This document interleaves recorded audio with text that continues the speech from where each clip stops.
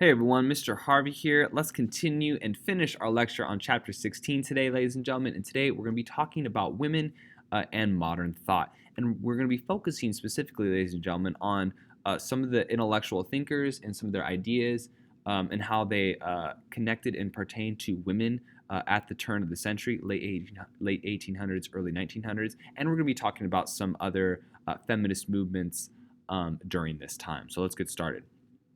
Now, we've talked about a lot of new intellectual thinkers, new intellectual ideas, and a lot of these new intellectual ways of thinking during the late 19th century, early 20th century are going to have little impact upon women and be used to reinforce some of the typical traditional stereotypes regarding women that we have seen, ladies and gentlemen, throughout this entire class, all the way from the Renaissance until now. And we're going to see intellectuals, Darwin, some of the thinkers that we've been talking about, Sigmund Freud, Auguste Comte, Max Weber, Herbert Spencer, all believe and really meld their ideas to promote that notion of female inferiority and really use their ideas to promote that notion. We're going to see new ideas concerning biology, new ideas concerning psychology, emotion, psychoanalysis be used to reinforce stereotypes. We're going to see biological notions and biological thought to reinforce ideals portraying women as weaker, as less able, and as inferior to men. And so what's important is we're going to see these new ideas, these new perspectives concerning science, concerning psychology, but we're going to see a continued conservative viewpoint regarding women, and those new ideas are going to be melded in order to kind of fit that notion concerning women and gender. And we're going to see again, and remember, a big theme within this class, ladies and gentlemen, is continuity and change. We're going to see continued conservative viewpoints, but we're also going to see continued female exclusion from being able to participate within the intellectual space within Europe. We're gonna see female exclusion from the scientific community, very very common. But there will be some instances of females being able to participate within science, such as Marie Curie, who we talked about in the last lecture. We saw that picture of. But traditionally, as we're going to see, typically, we're going to see women excluded. We're going to see the Ethnological Society exclude women from discussions, as men believe that females would dilute and lower the discussions. We're going to see Darwin promote the notion and believe the notion that women were inferior. We're going to see male scientists believe that women should not be able to participate or discuss any topics related to sex or reproduction. And Freud is going to believe and promote the notion that women would inevitably lead unhappy mental lives and that their greatest fulfillment within life would be raising sons.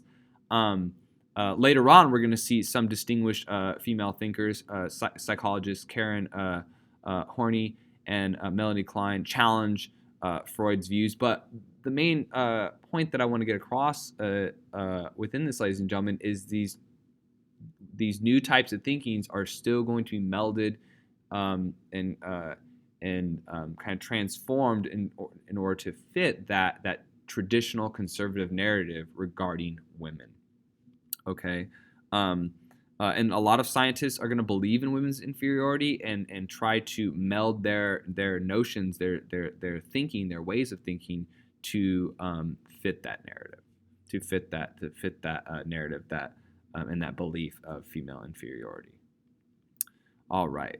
But at the close of the century, ladies and gentlemen, from the late 1800s to the early 1900s, we are going to see a revival and a resurgence of feminism outside of just the movement of suffrage, which is the very common topic of female rights and equality during this time. We're going to see women look for equality in other ways.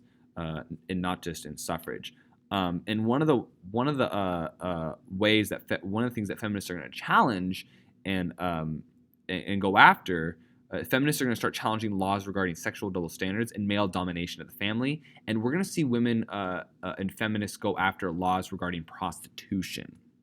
All right, and one of the laws that feminists were really outraged by was this Contagious Diseases Act, which in Britain gave police the permission to force women suspected as prostitutes to undergo examinations for venereal diseases.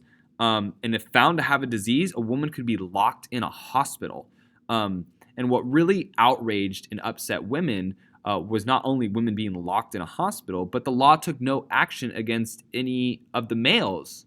And they didn't look for the male who may have had sexual relations with the woman who had an infection or a disease.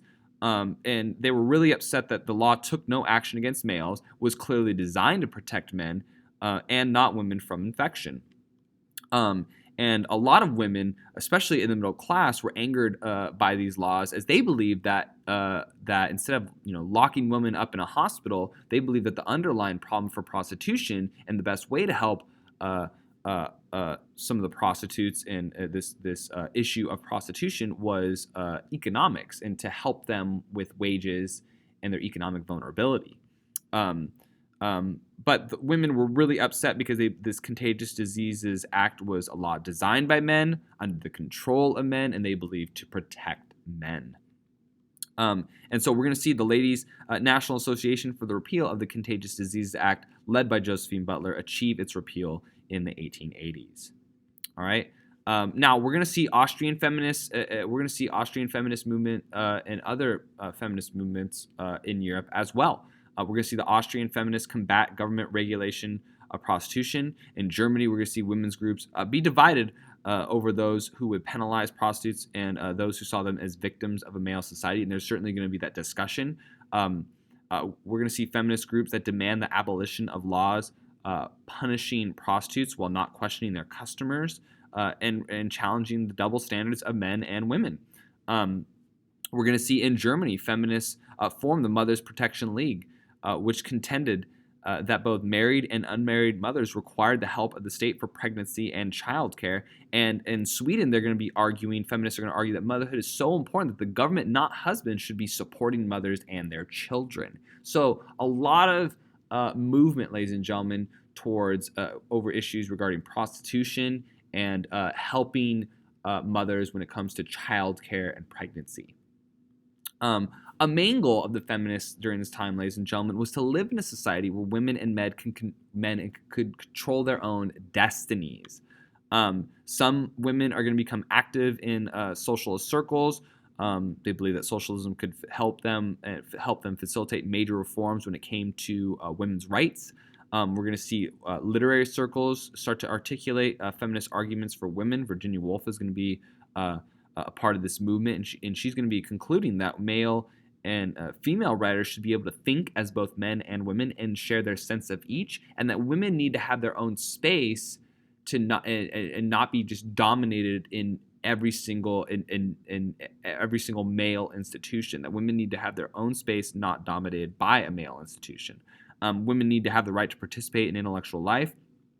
But in the 1920s and 1930s, ladies and gentlemen, we're going to see feminism be grouped with sexual immorality, be grouped with extreme political radicalism. And so we're going to see a lot of repression and kind of a very conservative reaction against feminism in the interwar years in the 1920s and 1930s. But there will, and this is going to kind of foreshadow some of the feminism that we're going to be seeing in the late 1950s, 1960s, and 1970s feminist movements. But again, a very strong feminist movement that we're going to be seeing during this time.